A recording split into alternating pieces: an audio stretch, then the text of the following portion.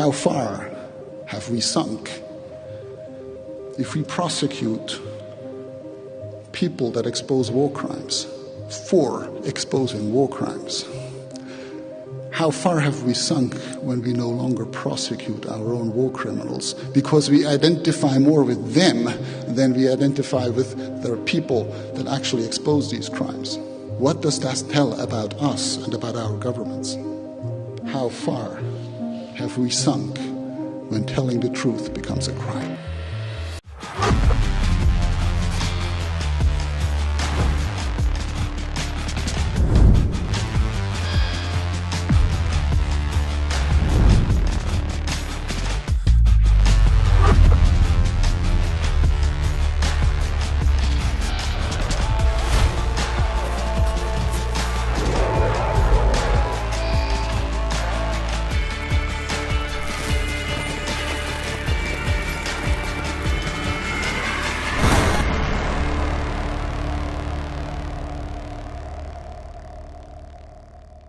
Est-ce que tu peux nous expliquer ce que c'est ça? Qui est Nils Melzer et de quoi ça parle? Alors, qui est ce monsieur? Quel est son pédigré par rapport à tous ces journalistes qui ne prennent pas fête et cause pour Assange? Lui, qu'est-ce qu'il a fait de sa vie? C'est quoi son parcours? Et qu'est-ce qu'il nous dit en substance, ce monsieur? Nils Melzer, je crois qu'il doit parler au moins 6 ou 7 langues couramment, dans le français et le suédois. Détail important pour l'affaire qui le concerne. Il a été pendant 7 ans rapporteur des Nations Unies pour les tortures et les mauvais traitements. C'est quoi un rapporteur des Nations Unies? Pour ceux qui, bon, je le compare un peu pour ceux qui connaissent le milieu des entreprises, c'est un peu comme un consultant. Vous faites appel au service de quelqu'un pour mener une tâche particulière. Sauf que Nils Melzer, il est mandaté par les 197, je crois, pays de l'ONU. Il a un budget, il a une équipe. C'est une sorte de haut fonctionnaire représentatif. Et son métier, c'est d'investiguer, se mêler d'eux, les affaires qui lui sont signalées particulièrement difficiles sur les cas de torture et de mauvais traitement. Donc déjà, disons qu'il est blindé en termes d'affaires à traiter. Lui n'a pas voulu s'occuper de l'affaire Assange lorsque les avocats, en désespoir de cause, les avocats d'Assange, ont fait appel à lui. Considérant, et c'est lui qui le dit dans ses interviews, dont personne ne parle, parce qu'on veut isoler Assange, etc., mais voilà, il expliquera que sa première réaction a été de « ne te mêle pas de ça ». C'est lui qui le dit. Je suis en train de paraphraser Nils Melzer, donc c'est pas Victor qui raconte une histoire, Victor se fait le messager d'eux, humblement, ou modestement plutôt. Et Nils Melzer, donc, au début, refuse, parce qu'il est chargé dans son esprit de toutes les images négatives que la presse a relayées soigneusement pendant les années, que Julian Assange a mis des vies en danger, que c'est un antisémite, un pédophile, qu'il a la mauvaise haleine, que ses chaussettes sont sales. Tout y est passé. Hein. Je faisais la liste, c'est jusqu'au moindre. Il maltraitait son chat.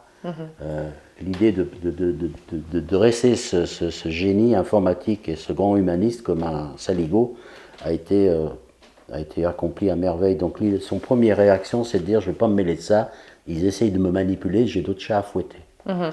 L'équipe d'Assange revient à l'attaque, lui transmet des documents, et lui, parce que c'est un spécialiste, parce qu'il est aussi professeur de droit international à l'université de Glasgow, comprend qu'il y a quelque chose qui cloche, et décide de prendre l'affaire en main. Et là, il se fait happer à un point que lui-même m'a dit « Je n'ai jamais vécu ça. Je n'ai jamais vécu, dit-il, un tel mépris de la part de 4 gouvernements, parce que c'est le rapporteur des Nations Unies, il est mandaté par les Nations Unies, et généralement, on va dire, on prend en compte les courriers qu'il envoie, et on lui fait une réponse, quitte à ce que ce soit une réponse langue de bois. Et là, il se dresse à un mur d'indifférence, que ce soit les autorités suédoises, britanniques, équatoriennes ou états-uniennes. Il dira « Je n'ai jamais vu 4 États se liguer pour détruire un seul homme ». Et il va commencer à ramasser le fil, c'est un juriste, il a des moyens. Une des premières choses qu'il va faire, c'est de remonter à la source de cette affaire.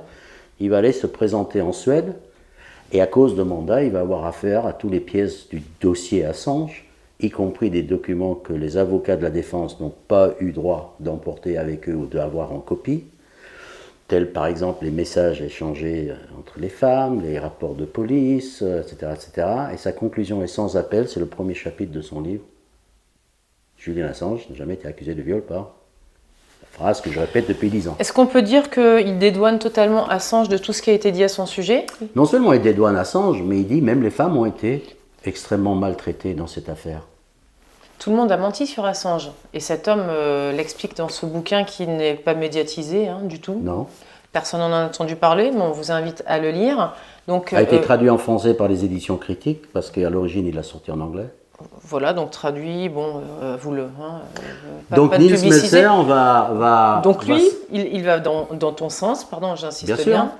Toutes les accusations Chose qui qu'on portent disait sur nous, Assange, modestement, depuis 10 ans, Depuis le 10 rapporteur des Nations Unies, mais il n'y a pas le que lui. rapporteur des Nations Unies le dit, on est bien d'accord. Mais j'ai presque envie de dire, je sais pas pour diminuer son rôle, mais il avait à la limite pas besoin de le dire, nous le savions. Parce que Oui, mais on accorde toujours du crédit aux hauts fonctionnaires. Donc là, c'est un haut fonctionnaire la qui l'a question, dit. pour insister, pourquoi nous le savions? Je dis, Victor, tu es qui pour le savoir? Parce que Wikileaks étant Wikileaks, les dépositions de ces fameuses femmes à la police suédoise ont fuité.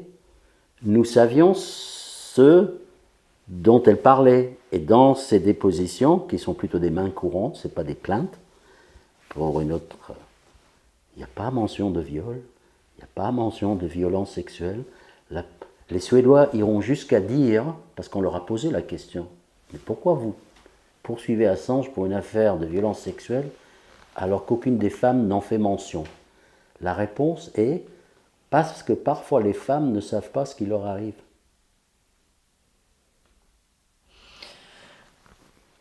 Donc tout ça est monté de toutes pièces? Je ne sais pas. Je me demande, je n'affirme rien. J'ai utilisé l'expression d'un ballet extrêmement bien chorégraphié, parce qu'à un moment donné, les pièces s'imbriquent trop pour que ce soit le hasard. Mais je ne sais pas, je ne pourrais pas déterminer avec précision. Je ne pourrais pas préciser à quel moment ça a commencé. Mais il y a eu la journaliste Stefania Maurizi aussi, qui a sorti un livre, qui est une journaliste d'investigation, qui travaillait à l'époque pour La République, qui est un grand quotidien style Le Figaro chez nous, donc c'est pas n'importe qui est la seule journaliste mainstream qui a suivi l'affaire de près. Elle a fait l'objet d'espionnage elle-même, elle a une équipe de 5 avocats qui travaillent sur les 3 continents sur l'affaire Assange, qui essaye d'obtenir les documents dans les cadres des Freedom of Information Act, les emails échangés entre les différentes autorités. Malheureusement, la plupart ont disparu, qui a fait des enquêtes là-dessus et aussi qui suit cette affaire. En fait, tous les journalistes d'investigation du moment sont derrière l'affaire Assange. Il ne reste que les gratte-papiers et les pseudo-journalistes qui veulent rien savoir. Mais les journalistes d'investigation, tous ceux que je connais au sens connaissance publique, c'est pas des gens que je connais personnellement, mais tous ceux que je connais, ils sont derrière l'affaire et complètement braqués parce qu'on n'a pas parlé encore des enjeux. Mais, puisque tu aimes, et tu le découperas au montage si tu veux, mais continuons, la vraie protagoniste de cette affaire en Suède, c'est Marianne Ny, la procureure. Marianne Ny décide de rouvrir une affaire qui avait été close. Et d'ailleurs, j'entends déjà les spectateurs qui disent « Mais Victor, s'il n'y avait pas d'affaire, pourquoi il y en avait une qui avait été ouverte ?» Parce que la presse, Expressen, un tabloïd suédois, a annoncé un jour que Julian Assange était recherché pour viol. Mot lâché. Qui les a prévenus? Qui leur a dit ça? Pourquoi faire? Julian Assange apprend par la presse, alors qu'il est en Suède, qu'il est accusé de viol. Qu'est-ce qu'il fait? Il se rend à la poste de police, il dit « Je ne comprends pas, de quoi s'agit-il » Il est interrogé, son témoignage, des événements passés, il a fait l'amour avec 2 femmes, machin, truc, il ne pouvait pas aller dans les hôtels parce que ses cartes de crédit ne fonctionnent pas, parce que la répression anti-Wikileaks fait que tous les moyens de paiement de Wikileaks avaient été coupés, et les siens. Donc il était hébergé par des gens, bon bref. Et ces témoignages, sa déposition coïncident parfaitement avec celle des femmes. Il n'y a pas de contradiction, il n'y a pas de « elle a dit, je dis ». Ils sont d'accord, ils racontent la même histoire. Il n'y a pas... Donc, tout va bien de ce point de vue-là. Mais Marianne Ny, à cause de l'accusation lancée dans la presse, la procureure générale de Stockholm va dire « Bon, enquête menée, il n'y a pas de viol, machin, truc, affaire close. » Bon. Ok, Julian Assange va même rester 5 semaines de plus Il n'a jamais fui la Suède, contrairement à ce que la presse a dit. Il restera 5 semaines de plus en Suède pour s'assurer que tout va bien. Et on lui autorise, la justice suédoise lui autorise à quitter le territoire parce qu'il a un travail à faire, il a des documents à révéler, il a le fameux collateral murder dont tout le monde se souvient de cet hélicoptère. On est en train de vivre ce moment-là. Ouais. Et aussitôt qu'il est parti, Marianne, une procureure, qui est la vraie... Je lâche son nom parce que j'aimerais un jour que les journalistes, quelque part, ramassent le bâton et fassent le travail que je suggère. Marianne va ouvrir ce qu'on appelle une enquête préliminaire. Tous ceux qui savent ce que ça veut dire, savent ce que ça veut dire. Une enquête préliminaire est une enquête préliminaire. C'est ni une enquête, et très certainement, personne dans une enquête préliminaire n'est accusé de quoi que ce soit. Marianne prétend ouvrir une enquête préliminaire sur une affaire close sur laquelle il n'y a aucun élément nouveau. Qu'est-ce qu'elle fait? Aussitôt, Julian Assange, le dos tourné, elle lancera un mandat d'arrêt international, accompagné d'une alerte rouge Interpol. Pour Julian Assange. Oui, non, mais pour Parce qu'elle veut l'interroger sur l'affaire dans le cadre d'une enquête préliminaire. Sur l'affaire qui vient d'être close. Qui vient d'être close. Enfin, on n'a jamais vu même de cas d'Interpol pour, soi-disant, Exact. entre guillemets, un viol. Hein. Je dis ça, c'est parlez-en vrai. en France, je crois que la plupart des nanas, elles pètent un plomb. Oui, dire, oui, bien vous sûr. rigolez ou quoi? Combien de fois on est allé au commissariat pour porter plainte? On n'a jamais été Non, entendu. jamais. Il faut, malgré des... Mais Marianne va faire pire que ça. Marianne c'est incroyable. va tenter d'obtenir une extradition et le tribunal de Uppsala lui l'enverra paître en disant qu'il n'y a pas d'éléments. La justice suédoise refuse la demande d'extradition de Marianne. Alors Marianne va faire une manœuvre, c'est là, elle ouvre une enquête préliminaire et une procureure va émettre un mandat d'arrêt. Là-dedans, les gens ne réagissent pas à cette phrase. Les juristes, généralement, sautent au plafond. Dans le cadre d'une enquête préliminaire, un mandat d'arrêt, mais ça n'existe pas. Mais c'est dingue. Non, mais Et pardon, une procureure qui lance un mandat d'arrêt, c'est un juge qui lance un mandat d'arrêt, c'est pas un procureur. D'ailleurs, c'est tellement vrai, open source, que ce que je viens de dire a fait l'objet d'un procès, parce que l'équipe de défense d'Assange a dit, mais c'est quoi ce mandat d'arrêt à la noix, dans le cadre d'une enquête préliminaire, machin truc, lancé par une procureure, ils le contestent. La justice britannique en est saisie. Les avocats d'Assange pensent que l'affaire est dans le sac parce que c'est complètement délirant. La forme même de cette action est complètement délirante, qui va à l'encontre de toutes les procédures, mais les gens réagissent assez peu à ça, et parlons même pas de l'alerte rouge Interpol. Ils vont le contester, et la Haute Cour britannique, dans un compte-rendu que je qualifierais, devrait rentrer dans les annales des étudiants en droit, que j'ai lu, vont dire la chose suivante, deux choses assez extraordinaires.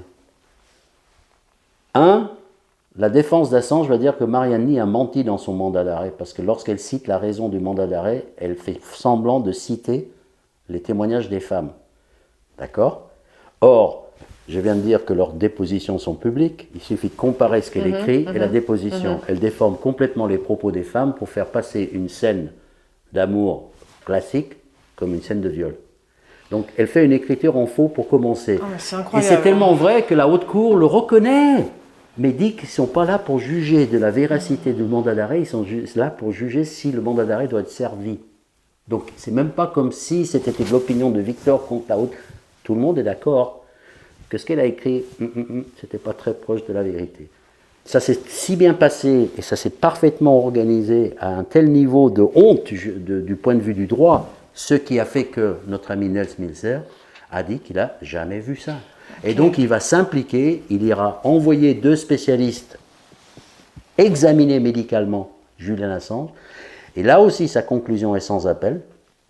Julian Assange a subi des tortures psychologiques aux effets probablement irréversibles. Qu'est-ce qu'on peut imaginer qu'il a pu vivre comme type de torture? Avant de revenir maintenant sur ce qu'il vit depuis tant d'années, qu'est-ce qu'il a traversé cet homme? Enfin là mais c'est invraisemblable un truc pareil. Écoute, c'est invraisemblable. Julian Assange n'a pas vu la lumière du soleil depuis 10 ans. Il était enfermé dans une ambassade qui faisait 77 mètres carrés. C'est peut-être plus petit que cet appartement. On ne se rend pas compte parce qu'on se dit « Ah, il était dans une ambassade cool ». Non. L'ambassade d'Équateur était dans une ruelle sombre, derrière le grand magasin à Rhodes. Et toute l'ambassade faisait 77 mètres carrés. Est-ce qu'il a quitté l'ambassade pendant 7 ans? Jamais. Il est resté pendant 7 ans dans... Une ambassade où le soleil ne brillait jamais. D'accord. tentant, 7 ans. 7 ans, tentant de compenser par des appareils là, pour bronzer, prenant des vitamines D. Il souffrait de plusieurs maladies. Les médecins n'osaient pas lui rendre visite pour ne pas être mis sur la liste noire. Les Anglais refusaient un couloir humanitaire pour qu'il puisse aller à l'hôpital. Il souffre d'une maladie pulmonaire chronique. Il souffre de problèmes osseux. Il a des dents abîmées parce qu'un jour il a trouvé des billes d'acier dans sa nourriture à l'ambassade. C'est pour ça qu'il ne mangeait plus que des soupes après. Et tout ça n'a jamais fait l'objet de soins. Il se retrouve à Belmarsh dans une prison de haute sécurité où on ne sait pas ce qu'on lui administre comme médicaments, parce qu'on lui administre des médicaments, où il est placé en isolement pour le protéger des autres prisonniers violents. Autrement dit, il est en préventif dans une prison de haute sécurité. C'est un journaliste qui est finalement plus maltraité que les condamnés sous prétexte de le protéger. On se demande ce qu'il fait dans une prison de haute sécurité. D'ailleurs, ça, c'est un élément, par exemple, qui devrait mettre la puce à l'oreille. Les journalistes devraient se poser la question, que fait un journaliste dans une prison de haute sécurité? Un homme non violent et en préventif. Ça fait 4 ans qu'il y est. 4 ans, mais enfin... Il n'a toujours pas vu la lumière. Il est en isolement, en plus. Donc, depuis combien d'années il n'a pas vu le soleil, 10 ans. Julian? Donc, depuis 10 ans, Julian Assange n'a pas vu le soleil. Pour ceux qui ont vécu les périodes de confinement, de lockdown, comme on dit peut-être, vous pouvez imaginer ce que ça fait 10 ans. Et dans des cadres restreints. C'est pas du confinement sur une ferme, puis ensuite immédiatement mis en isolement dans la prison de la plus sécurisée du pays, de l'Angleterre, Belmarsh. Pardon, ça veut dire quoi? Vivre en isolement dans une prison de haute sécurité? Ses contacts avec les autres détenus sont limités au maximum sous prétexte de le protéger des victimes, des prisonniers violents, eux.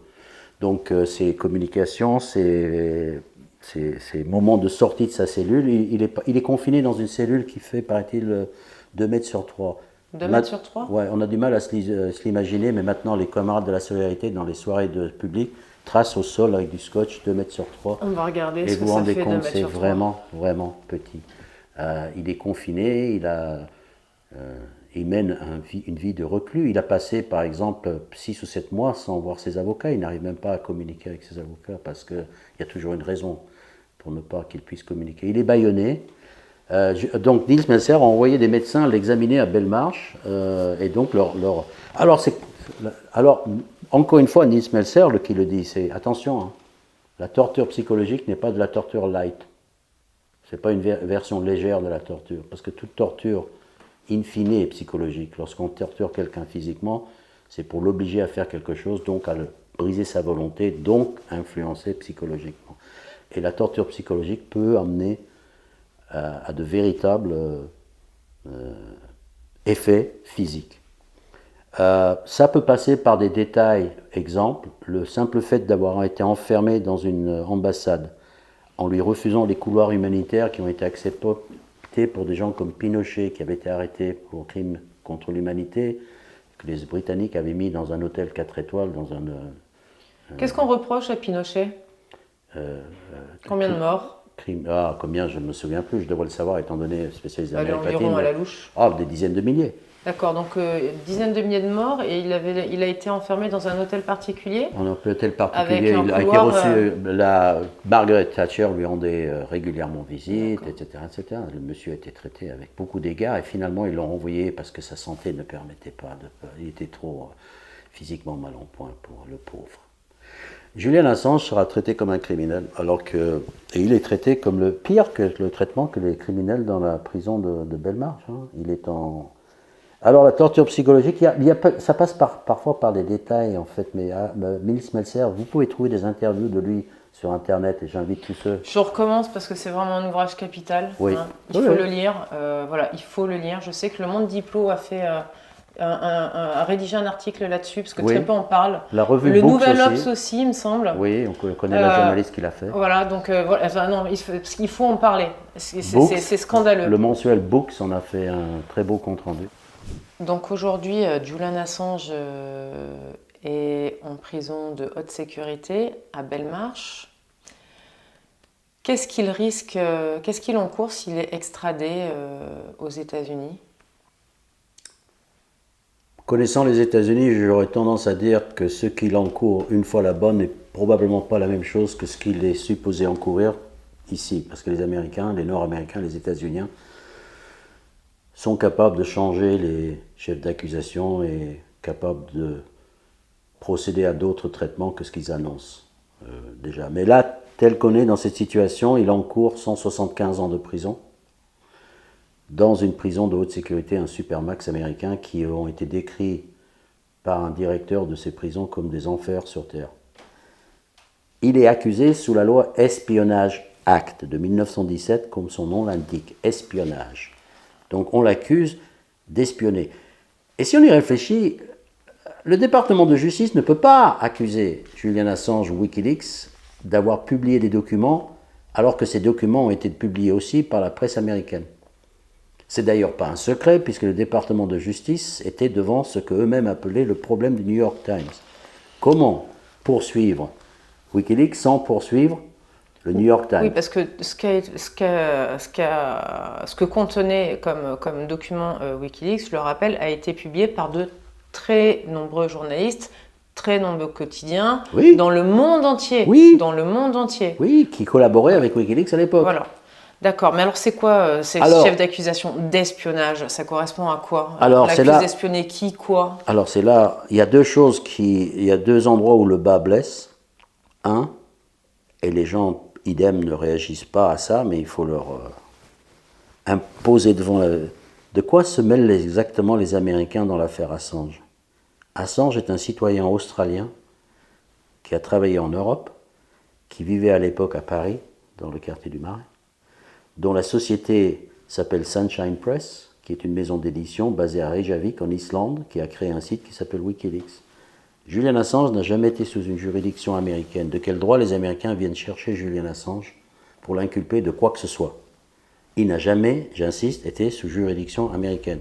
Imaginez que Julian Assange ait publié des documents prouvant des exactions de l'armée chinoise au Tibet. Allez, un exemple. Et que les Chinois demandent son extradition pour avoir fait ça.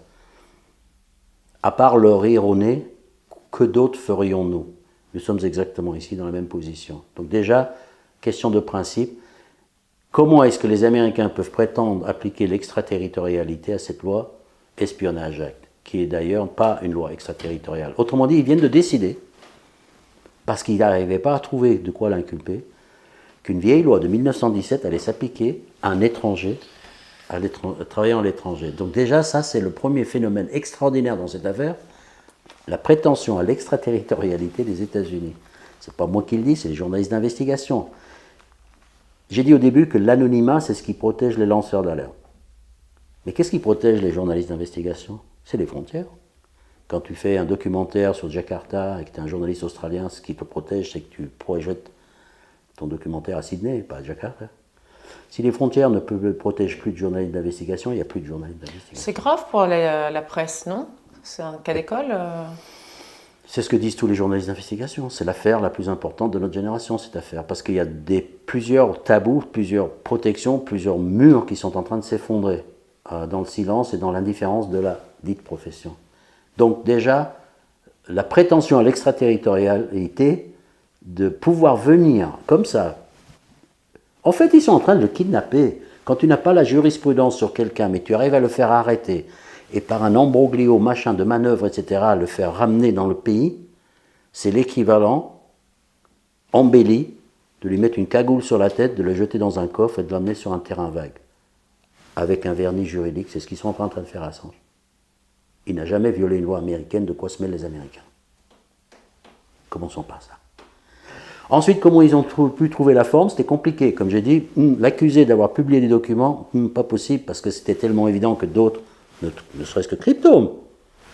Oui, puis on sait que Le Monde a utilisé les documents. Enfin, et tu crois qu'un de ces journalistes qui a publié les mêmes documents, tu crois qu'il y en a un seul qui s'est comporté comme un gentleman et qui a dit au département de justice américain, attendez, si vous lui reprochez d'avoir publié tel document, il faut nous inculper nous aussi. Ça aurait été un beau geste de leur part. Mais ils ont fait exactement le contraire. Tu peux nous citer 10 journaux qui ont publié des documents de Wikileaks? Bah, il y a The Guardian, El País, Le Monde, Mediapart, Der Spiegel, le New York Times, le Washington Post. Je m'arrête là pour l'instant parce que les autres, il faut que je réfléchisse, c'est déjà pas mal. Et ils sont tous venus se greffer pour utiliser cette manne. C'est pas eux qui sont, c'est pas nous. C'était un peu couvert. N'empêche qu'ils ont publié. Mais c'est pas pour ça qu'on le poursuit. Donc les Américains ont sorti, ils ont mis 10 ans quand même pour trouver la raison, parce qu'ils l'ont inculpé qu'en 2019.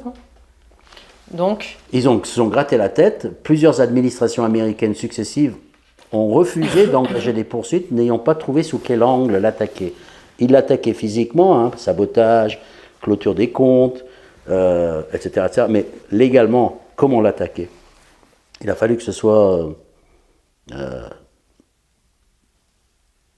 en 2019 qu'il sorte cette idée de dire on va l'attaquer non pas sur ce qu'il a publié, mais sur comment il a obtenu les documents. Ah, c'est ça l'angle, c'est ça qui leur permet d'attaquer Wikileaks et Assange et pas le reste de la presse, puisque le reste de la presse est servi.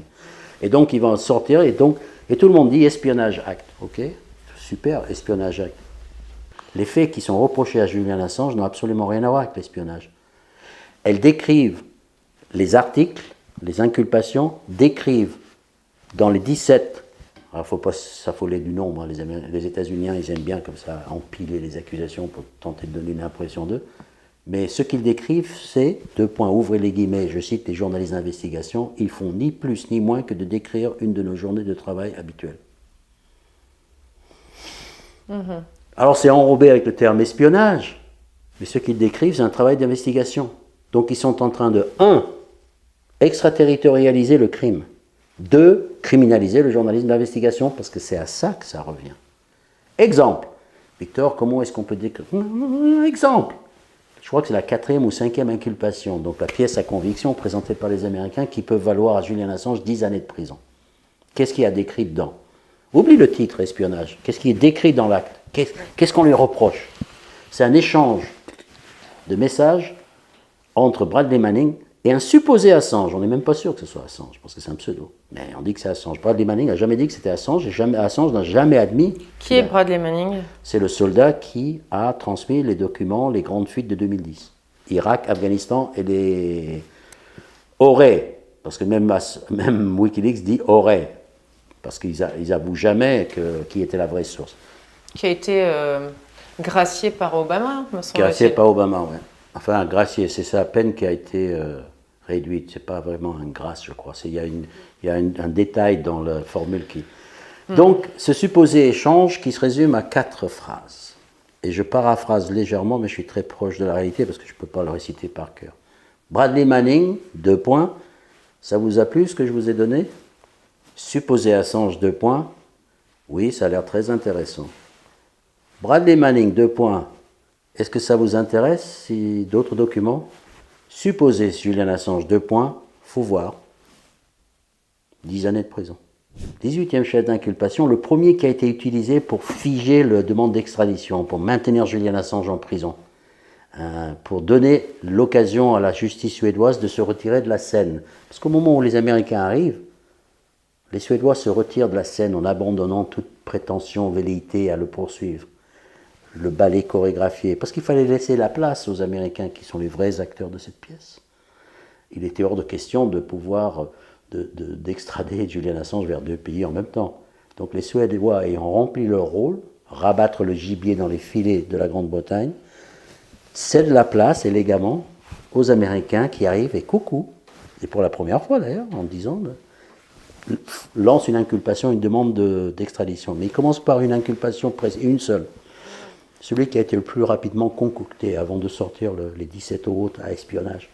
Il l'accuse de tentative de piratage informatique. C'est le 18e chef d'inculpation. Ce tentative de piratage informatique est rigolo, si je puis dire, sous 2 aspects. 1, il ne lui reproche même pas de tenter de pirater un ordinateur américain, c'est un ordinateur islandais. Or, l'Islande ne reproche rien à Julian Assange. C'est pour dire si l'extraterritorialité va loin. Plus royaliste que le roi. Deuxième chose, c'est que ce n'est pas Julian Assange qui a tenté de hacker. Julian Assange aurait demandé les services de Siggi Thordarson, un Islandais, qu'on connaissait vaguement dans les milieux de la solidarité, parce que le gars avait réussi à se faire prendre en selfie avec Julian Assange, donc c'est une photo qui a circulé. Mais très vite, il a disparu du radar, parce que tout simplement, Siggi Thordarson, ce n'est pas du tout un informaticien, c'est un escroc, recherché par la police, qui a escroqué Wikileaks en faisant croire à des gens qu'il était proche de Julian Assange et qui récoltait de l'argent. C'est un pédophile multirécidiviste condamné dont une des victimes s'est suicidée. C'est un psychopathe diagnostiqué qui a fait plusieurs séjours en hôpital psychiatrique. Et c'est certainement pas un informaticien, il est incapable de transférer un fichier, paraît-il, de son téléphone à son PC. C'est à lui que Julian Assange aurait demandé de hacker les ordinateurs en Islande. C'est le seul témoin. Bon, on voit que c'est très gros et que voilà. Non, c'est pas fini. Le public se fera sa propre idée. Non, c'est pas fini. Ouais. Parce que c'est ça le problème. Donc les accusations d'un côté des Américains, les 17 sont absolument vides quant à leur contenu, et tout le reste c'est juste de la galerie pour impressionner le public. Et quant au 18e, s'appuie sur un quelqu'un dont les compétences sont absolument pas avérées et qui, en juin 2021, notez bien la date, accordera une interview à un journaliste islandais qui retrouvera sa trace et qui avouera qu'il a menti. Alors le journaliste, qui n'est pas bête, se posera la question, bon, c'est un psychopathe, alors est-ce qu'un psychopathe ment quand il ment ou quand il dit qu'il ment? Et Siggy Thordarson lui communiquera 20 000 pages de documents prouvant qu'il a menti au FBI, que le FBI le sait d'ailleurs, et que son témoignage ne vaut rien. Ce journaliste islandais donc écrira un article en juin 2021, pensant que ça allait faire un scoop mondial. Le seul témoin finalement, on l'appelle le témoin clé, mais seul témoin des États-Unis qui se révèle être un charlatan, mais en plus avoue avoir menti, et qui d'ailleurs... Donc là, on a quelqu'un qui avoue que tout est monté de toutes pièces. Et alors, pourquoi personne ne lui donne la parole à ce monsieur? C'est une excellente question. Le journaliste lui-même a... Comment il s'appelle ce monsieur? Siggy Thordarson. Ça s'appelle comment? Siggy, S-I-J-J, S-I-G-G-I, les internautes pourront rechercher. Thordarson, T-H-O-R-D-A-R-S-C-O-N, si j'ai oublié des lettres, mais c'est Thordarson. D'accord. Donc lui révèle avoir... il donne les preuves. Il donne les preuves que son narratif est bidon. Oui. Il est d'ailleurs en prison. Il est en prison. La police islandaise a fini par lui mettre la main dessus. D'accord. Parce que c'est un spécialiste dans l'escroquerie d'entreprises en faillite. Non, enfin, c'est vraiment digne d'un... Et le journaliste d'investigation qui a écrit ça, c'est un nom imprononçable, pardonnez-moi les noms islandais, donc ne me demandez même pas, mais on trouve l'article si on le cherche. Le site s'appelle Stundin, S-T-U-N-D-I-N.is. Il y a une version anglaise de son article. Il a été, dit-il, distribué cette information à tous les grands médias. Il y a une petite apparente particularité sur l'espionnage acte que je voudrais souligner, encore une fois, dans la liste des absurdités de cette affaire. L'espionnage acte américain punit non pas la révélation de documents, mais la détention. Autrement dit, si Assange avait reçu les documents qu'on lui reproche d'avoir publiés, s'il avait ouvert l'enveloppe et sorti la lettre, jeté un coup d'œil en disant « Oups, je ne peux pas publier ça » et refermer l'enveloppe, figurez-vous qu'il aurait été condamné comme condamnable, quand même, aux 175 ans de prison, selon l'espionnage acte. Parce que je répète, l'espionnage acte punit la détention. La réception et la détention et non pas la publication. Très bien. Ça peut mettre un petit froid au travail de journaliste, hein, voilà. Vaut mieux pas qu'on nous envoie des pièces compromettantes, sinon on risque gros. Exact. Voilà, c'est ce que je comprends. À chaque fois, j'ai pas le temps, mais à chaque fois qu'on creuse, il y a un niveau plus proche de cette cercle de l'enfer. On en est encore loin, mais si pour ça, chaque détail, si tu n'as pas l'oreille collée au sol, c'est compliqué.